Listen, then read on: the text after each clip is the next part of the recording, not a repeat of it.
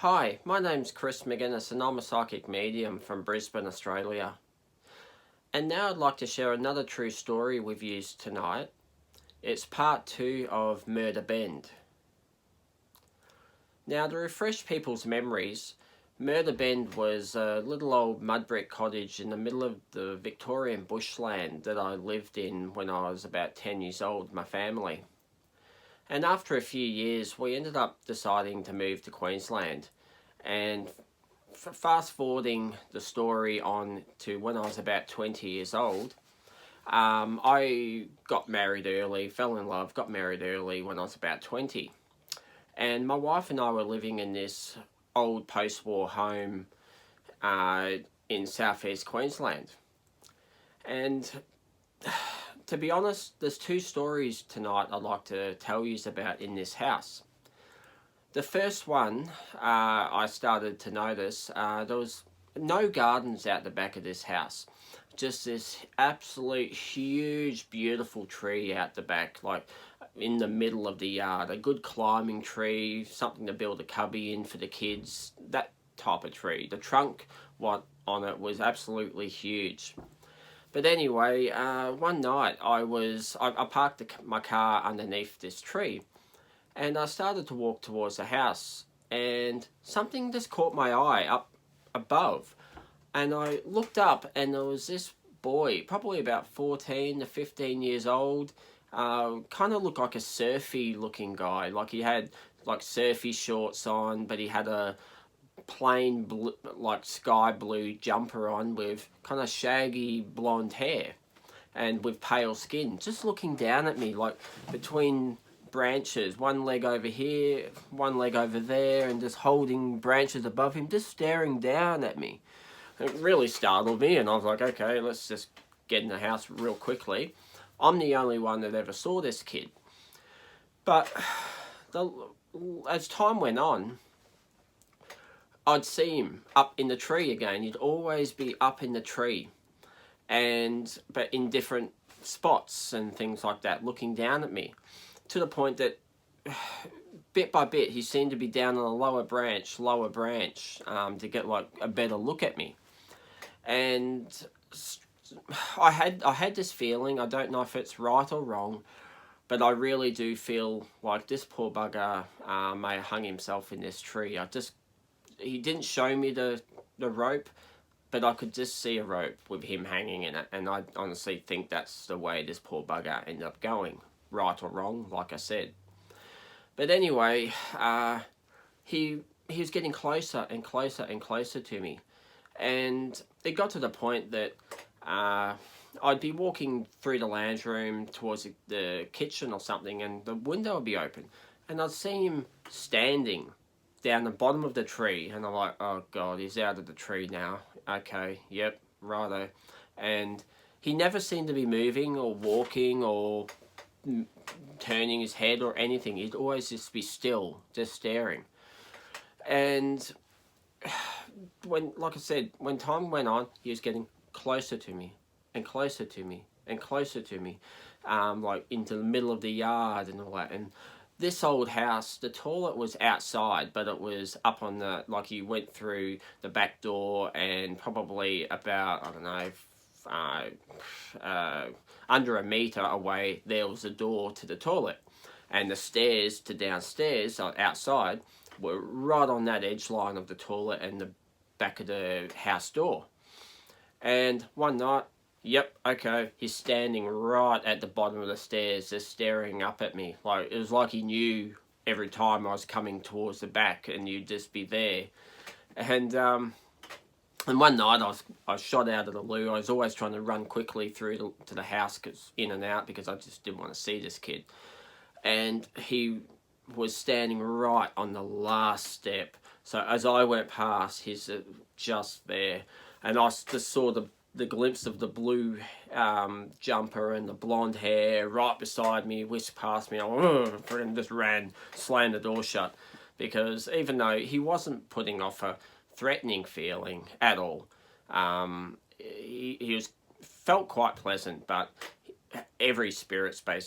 all spirits back then scared the absolute crap out of me, so I didn't want to deal with any of them at that time. And but I honestly think he was just curious. I've been told in the past now and all of that with a lot of other spiritual people I know and all that, and I've learned that apparently I put off a real glow, glow, and spirits kind of get attracted to that light, and they're just like curious about who I am and things like that, and it's like the moth to the light scenario, that is attracted to it. So that's most likely why he was coming so close to me. But to be honest, I never saw him in the house. Never. I don't know if he had been in there and I didn't realise, but I never saw him in there. But getting to back to Murder Bend, where I lived when I was a kid with the family. My good friend, my best friend from down Victoria, like I said, he went to that house have one sleepover when we first bought the house, and he was never back again. Never would come over, except maybe through the day for a little bit, but he'd never stay the night because of everything that went on. He ended up moving up there with my wife and I when we were in this house, and for whatever reason, we decided a Ouija board was a great idea to do, you know. And my wife wanted nothing to do with the Ouija board because we had done one beforehand in one of my mother's old houses, which one day I'll tell that story as well.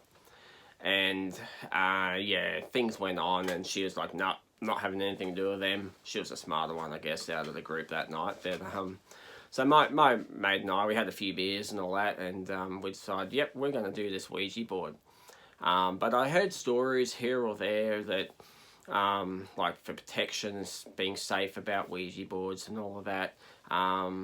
So in my wisdom, I thought, well, if we do a Ouija board away from the house, it won't be able to come back with us. If we get rid of the candles and whatever else we use, we just turf away and don't bring anything back to the house, we'll be fine.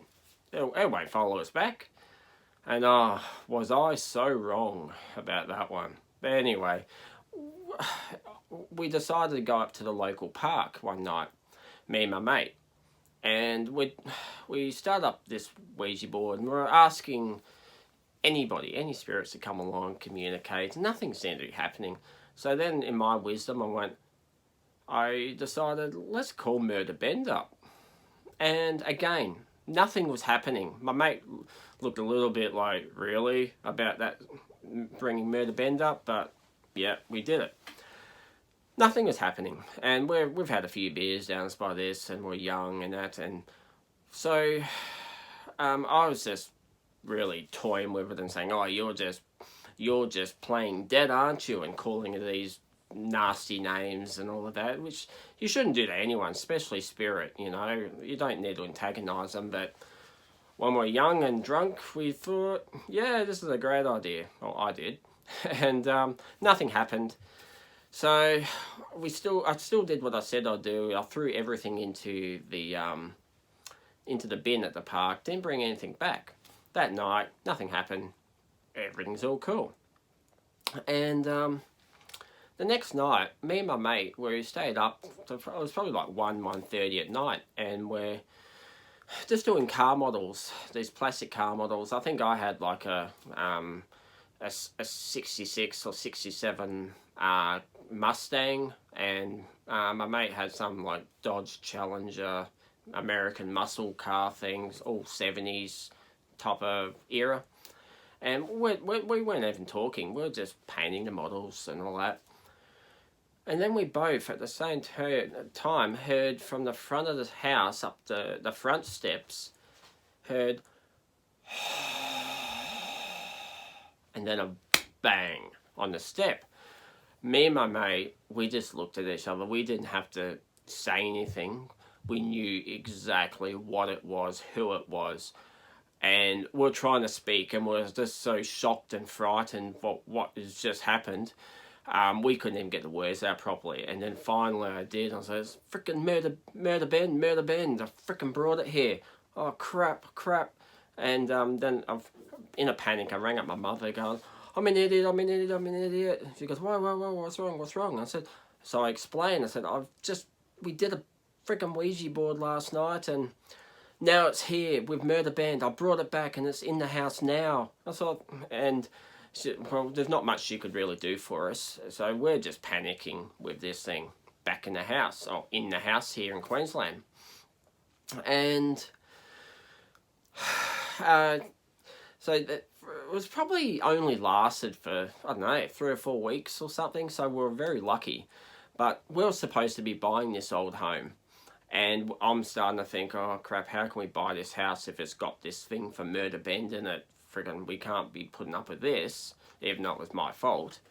And this thing for the 3 or 4 weeks or whatever was just going around the house like it used to do in Murder Bend, like a ritual, just room to room, going the next room, in your face and everything, and be bangs and things around the house, and just the unsettling feeling of hatred was back in the air, like back in Murder Bend, and just I felt sick in the guts. I didn't know what to do in this place, and I thought my wife was going to kill me then, because she heard all the stories about Murder Bend in the past between me and my mate. But then I was silly enough to bring it back, and so yeah, I thought she was going to kill me, to be honest. I was going to end up a ghost in this house too.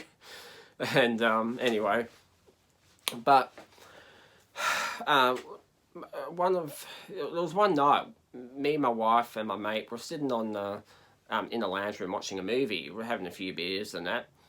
And to be honest, I don't remember what happened. Something happened in the house, like it's back again, you know.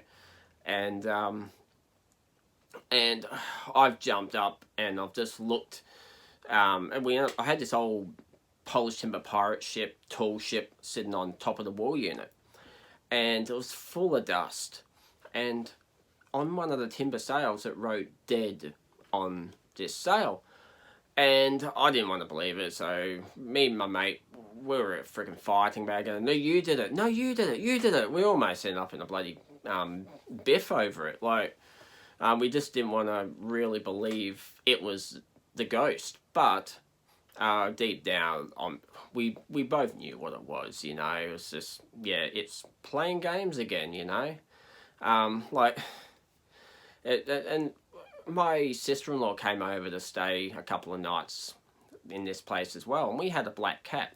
And one night, while it's going around and breathing in everybody's houses, everyone's faces and that night, our cat, my sister-in-law, was telling me it was circling her head, and she feels that our cat was trying to protect her that night when all this was happening.